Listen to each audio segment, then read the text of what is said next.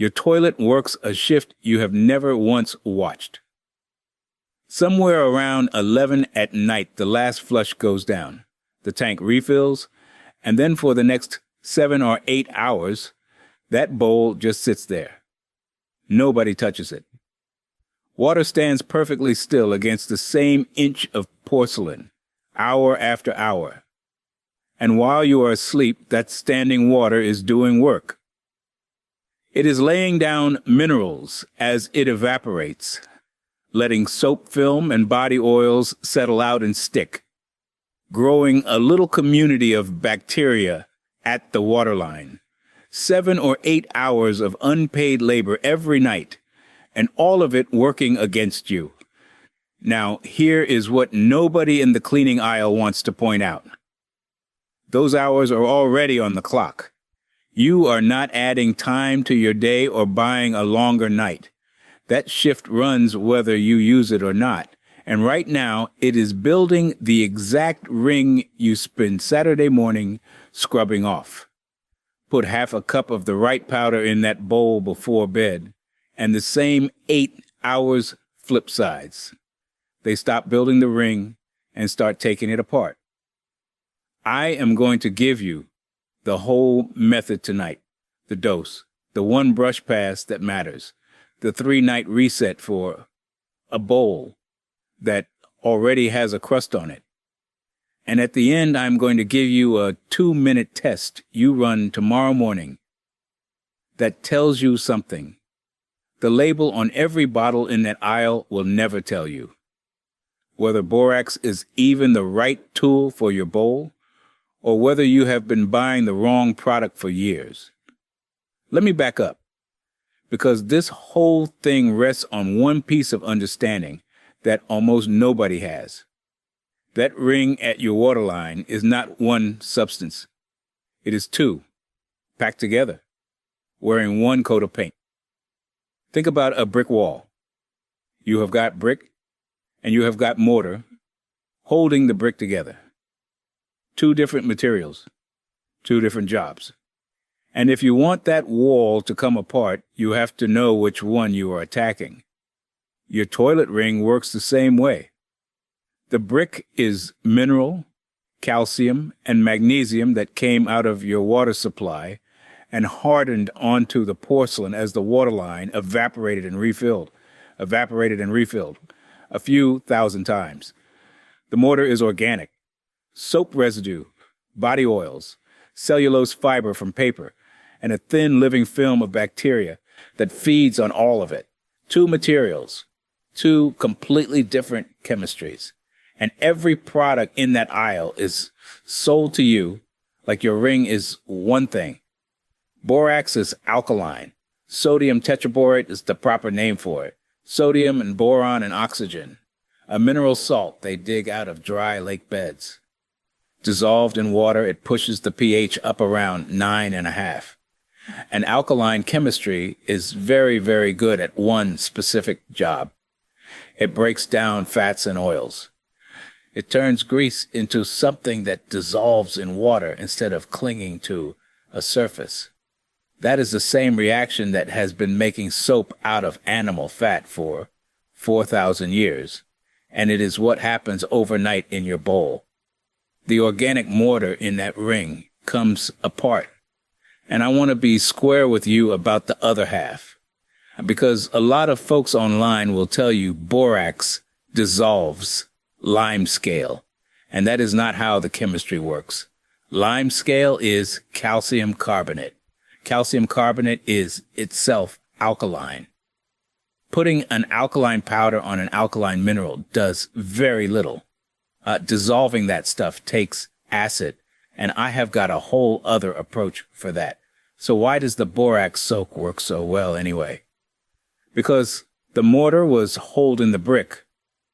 Take away the organic binder, and the mineral deposit loses its grip on the glaze, loses the dark film that made it look so ugly, and comes off under a normal brush instead of a wire wheel. Borax also softens the water it is sitting in, meaning it grabs onto the calcium and magnesium ions and keeps them in solution instead of letting them precipitate onto your porcelain. That is why the maintenance version of this actually prevents the ring from rebuilding rather than just cleaning it off again. All right, the method. This is the part you write down. After the last flush of the night, when nobody is going to need that bathroom again until morning, take your box and sprinkle half a cup of borax around the inside of the bowl. Not just into the water, around the bowl. So the powder lands on the dry porcelain up near the rim and on the waterline itself, and some of it goes into the standing water. You want coverage above the water, because that is where the ring lives, and where a soak normally cannot reach. Now take your toilet brush and make one slow pass around the bowl. 1. You are not scrubbing. You are stirring the powder into a slurry and painting it up the sides so it clings above the waterline. A slow circle around the rim, a slow circle at the waterline, and you are done. If you have got a spray bottle handy, a couple of squirts of plain warm water on the dry powder up high helps it stick. Warm, not hot, and never boiling. Boiling water on cold porcelain is how you crack a bowl, and cracking a bowl to save 40 cents means buying a whole toilet.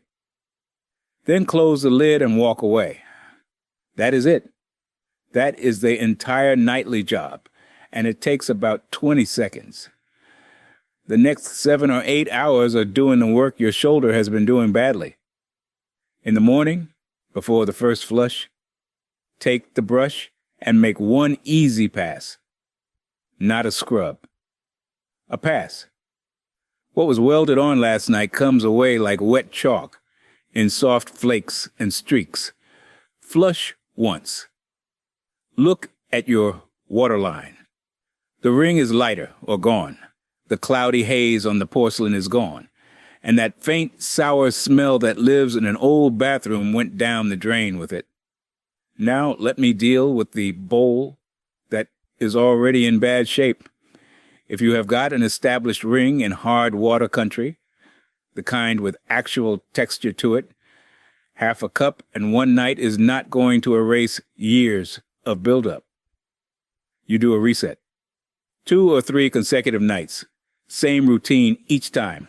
Half a cup and one brush pass, and walk away. Each night takes another layer of the organic binder off, and each morning the mechanical pass gets easier. 3 nights running on a 10-year-old ring will get you further than 3 months of Saturday scrubbing, because you are finally giving the chemistry the one thing it always needed, which was time.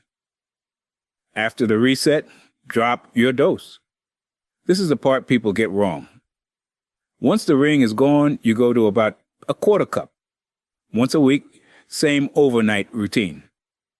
You are not fixing anymore, you are maintaining, and maintaining takes less.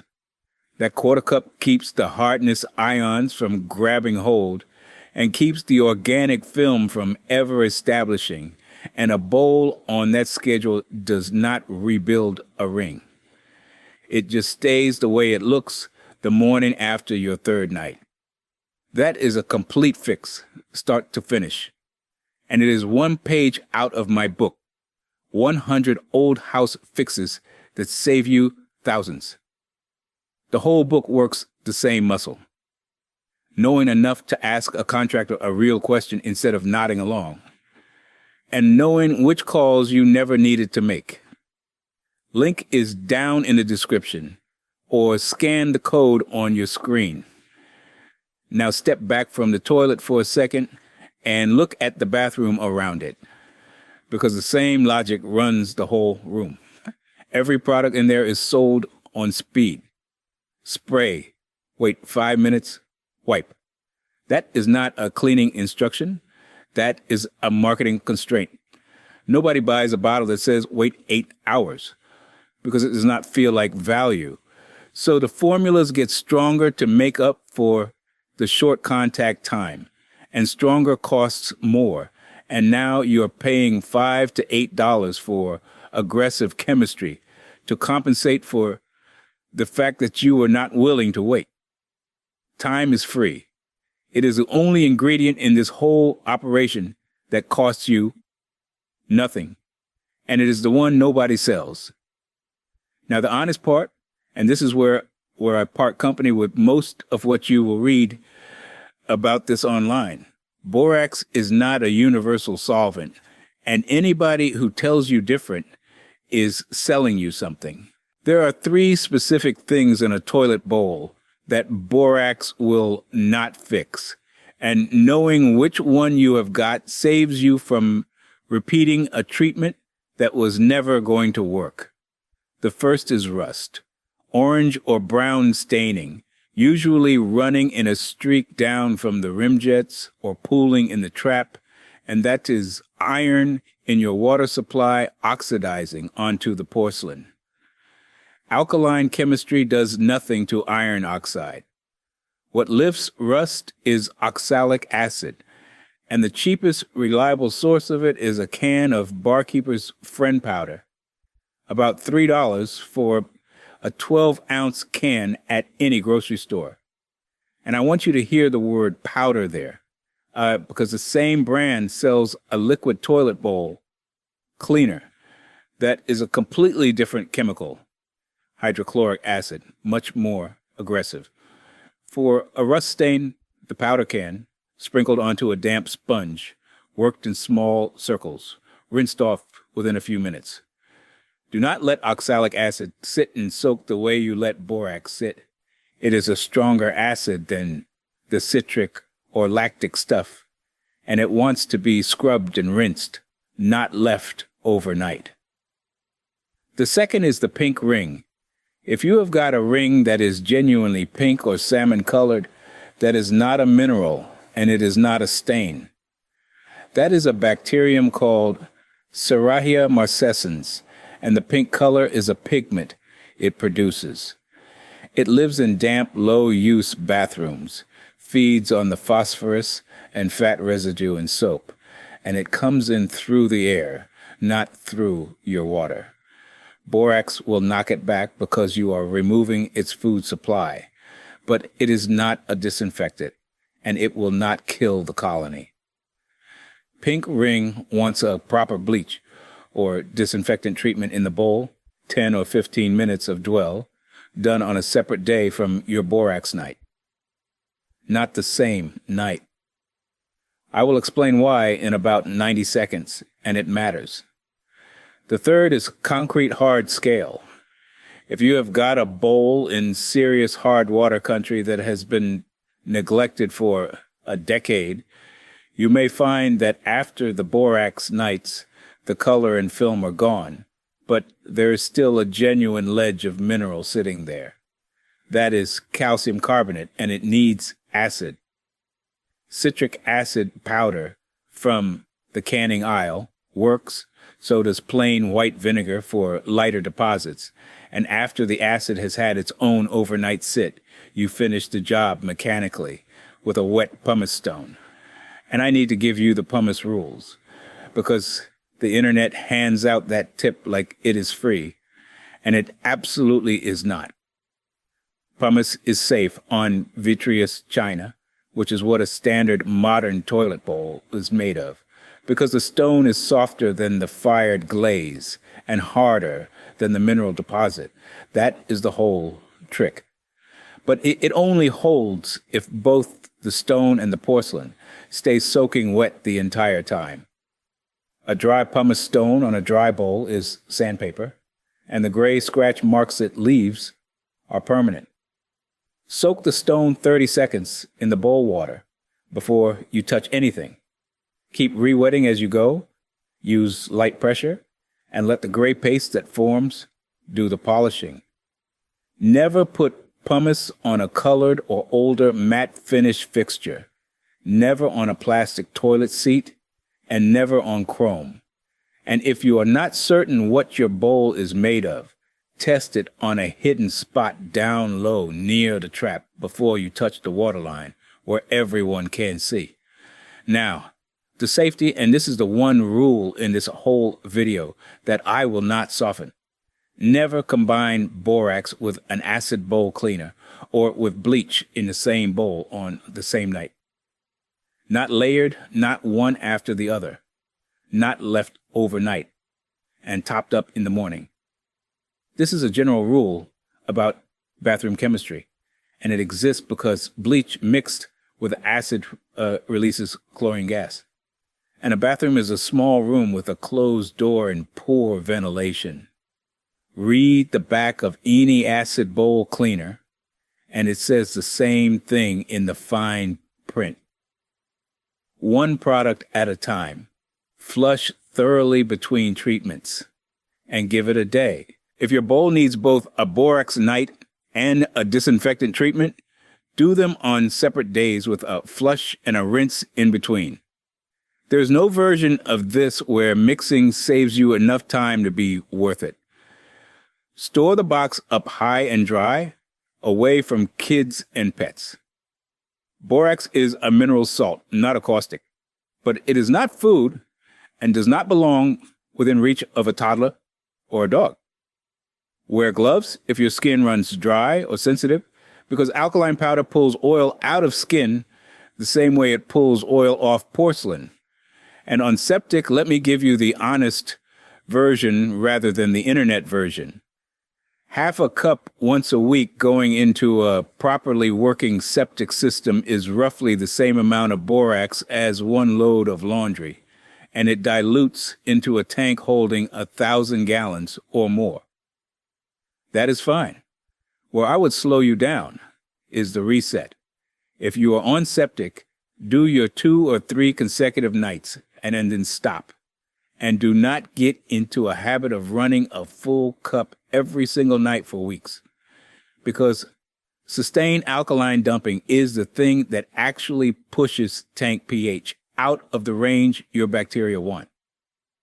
And if your system is brand new, or already backing up, or you have got gurgling drains and odor at the cleanout, leave the borax out of it entirely until somebody has looked at the system.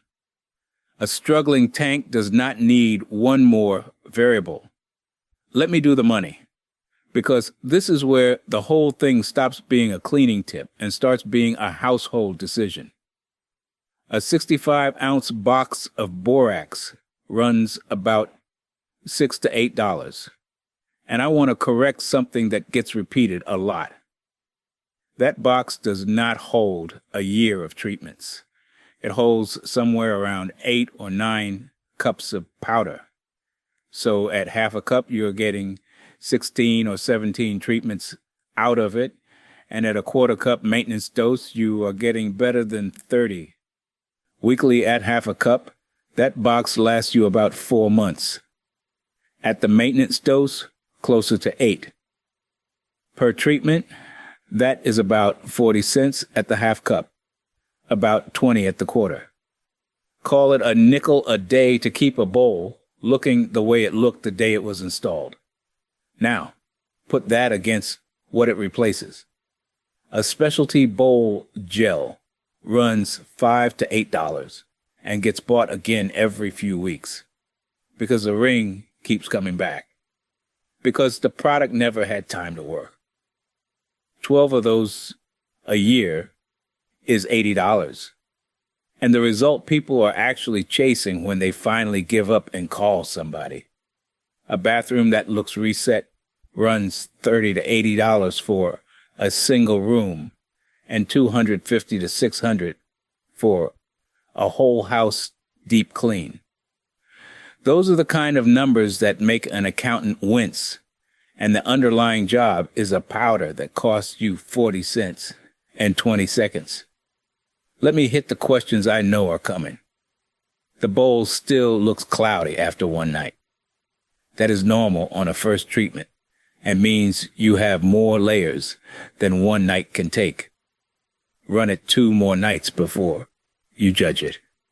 You forgot and somebody flushed at 3 in the morning. No harm done.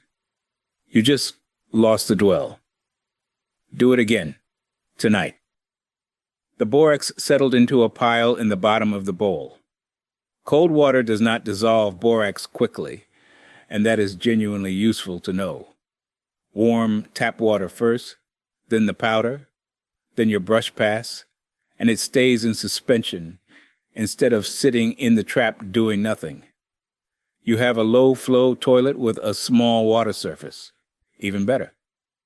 Less water means a more concentrated solution, and the ring on those bowls sits higher and more exposed anyway. You are wondering whether the tank needs this too. It does not, and please do not. Nothing lives in your tank full time. The rubber flapper and seals in there do not want continuous chemical exposure of any kind. And replacing a flapper because you were being thorough is a bad trade. All right, here is what I promised you at the top. Tomorrow morning, after you have made your one brush pass and flushed once, put on a glove and run your fingertips slowly along the waterline, all the way around.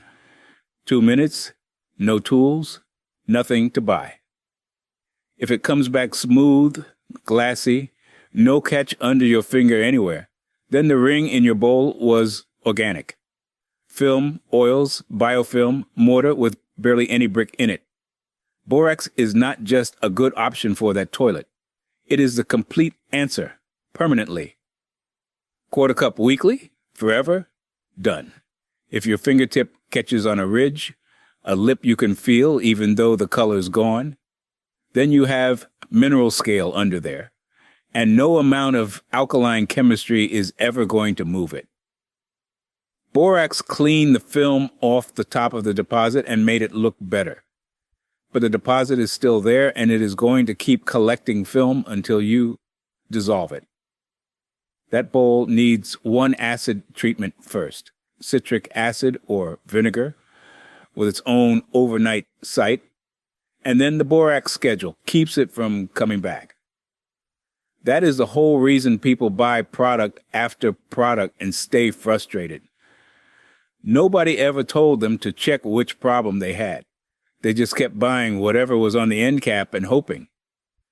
A gloved finger tells you more than the entire label does. If you want the rest of what I know, the book is 100 old house fixes that save you thousands. There are at-home checklists and a seasonal calendar in the back. So the house tells you what it needs on a schedule instead of surprising you. And it shows you how to catch a leak while it is still a stain. Link is in the description, or scan the code on your screen. Subscribe to Roger the Pipe Guy for more old house fixes that keep money in your pocket instead of somebody else's. Now, go do it. Not this weekend. Tonight, on your way to bed, half a cup and one pass with the brush. You do not have to believe a word I said. Your fingertip will tell you in the morning.